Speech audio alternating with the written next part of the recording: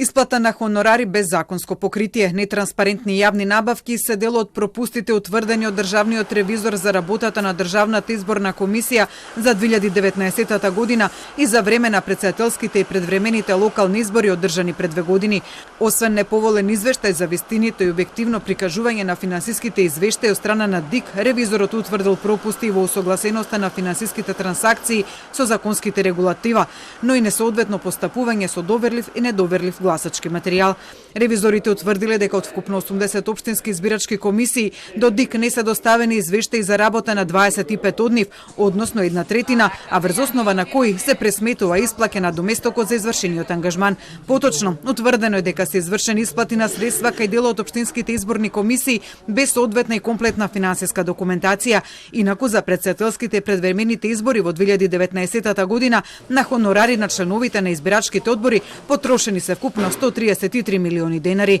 Но освен нецелосна и непостоечка документација за исплата на хонорарите за членовите на избирачките комисии, ревизорите утврдиле неправилности во исплата на 154 хонорари на лица во помошни тела и стручни служби на комисијата во истиот период во висина од 5 милиони денари. Со извршената анализа на исплатата на надоместокот по овој основ, ревизорите утврдиле дека надоместокот за работни компетенции и работна успешност како дел од вкупниот надоместок е исплатен врз основа на критериуми кои не се квалитативно определени и мерливи.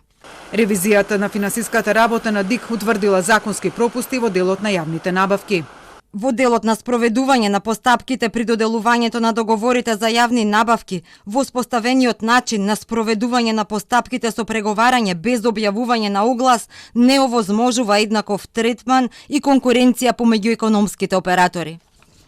Во тој дел утврдено е дека извршен транспорт и сместување на членови на избирачките одбори во дипломатско-конзуларните представништва во 2019 година со економски оператор без јавна набавка во висина од 23 милиони и 500 илјади денари и анекс од 4 милиони и 620 илјади денари. Дополнително во прилог на фактурите на извршената услуга не е приложена документација како резервации или фактури за престој од хотели во странство, патничко осигурување, копнен превоз од Скопје до дипломатско-конзуларните представништва во странство, транспорт до и од Скопскиот аеродром како потврда за извршените услуги. Дополнително ревизорот утврдили состојби кои можат да предизвикаат идни финансиски импликации и влијание врз работењето на ДИК, како што извршената набавка на нови и надградба на постојните софтверски решенија и набавка на телевизори за приказ на резултати, спроведена за потребите на предвремените парламентарни избори во 2020 година во вкупна висина од 1 милион и 250 илјади денари без ДДВ. Ревизорите утврдили дека ДИК нема извршено попис на средствата и извори на средствата согласно законските и подзаконските акти,